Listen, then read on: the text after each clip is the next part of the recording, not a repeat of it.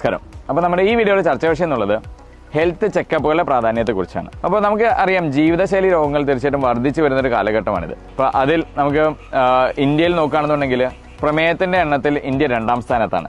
പക്ഷേ അതിൻ്റെ ഒരു വേറെ സൈഡ് നോക്കുകയാണെങ്കിൽ 50% പ്രമേഹമുള്ളവർക്ക് അവർക്ക് പ്രമേഹം ഉണ്ടെന്നുള്ള കാര്യം പോലും അറിയില്ല.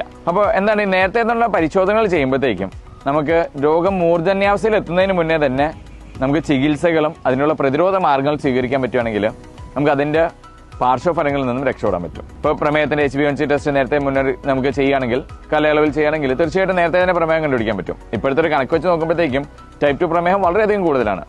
20 വയസ്സിന് മുകളിലുള്ള കുട്ടികൾ പോലും ചെക്ക് ചെയ്യേണ്ടതാണ് HbA1c പരിശോധന, പ്രത്യേകിച്ച് ഫാമിലി ഹിസ്റ്ററി ഉണ്ടെങ്കിൽ.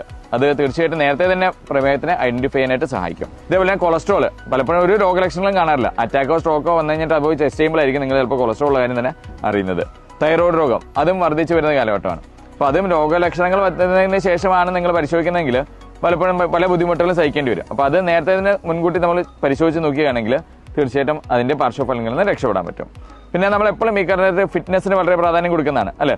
അപ്പോൾ എല്ലാവരും ജിമ്മും കാര്യങ്ങളും ഫിറ്റ്നസ് ഒക്കെ ചെയ്യാറുണ്ട്. പക്ഷേ അത് എക്സ്റ്റേണൽ ഫിറ്റ്നസ് ആണ്. നമുക്ക് അകത്തുനിന്ന് നടക്കുന്നത് പലപ്പോഴും നമുക്ക് ചിലപ്പോൾ അറിയാൻ സാധിക്കില്ല. അപ്പോൾ നമുക്കിപ്പോൾ നോക്കുകയാണെന്നുണ്ടെങ്കിൽ ഹൃദ്രോഗം വളരെ കൂടുതലാണ്. അതും 40-നും 50-നും ഇടയ്ക്കോ അല്ലെങ്കിൽ 40-ന് താഴെയുള്ളവരിലും ഹൃദ്രോഗം വന്ന് മരണം സംഭവിക്കുന്ന നമ്മൾ കാണാറുണ്ട്. ഈവൻ പല നമ്മുടെ ഡോക്ടർ സുഹൃത്തുക്കൾക്ക് പോലും അങ്ങനത്തെ ഒരു അവസ്ഥ വന്ന് നമ്മൾ കാണാറുണ്ട്, കേട്ടിട്ടുമുണ്ട്. നമ്മുടെ എക്സ്റ്റേണൽ ഫിറ്റ്നസിനൊപ്പം തന്നെ ഈ ഹെൽത്ത് ചെക്കപ്പുകൾ മൂലം നമ്മുടെ ഇന്റേണൽ ഫിറ്റ്നസും കൂടി കറക്റ്റ് ആണെന്നുള്ള ഉറപ്പ് വരുത്തുകയാണെങ്കിൽ തീർച്ചയായിട്ടും your life will be beautiful. ഇത്രയും പറഞ്ഞ്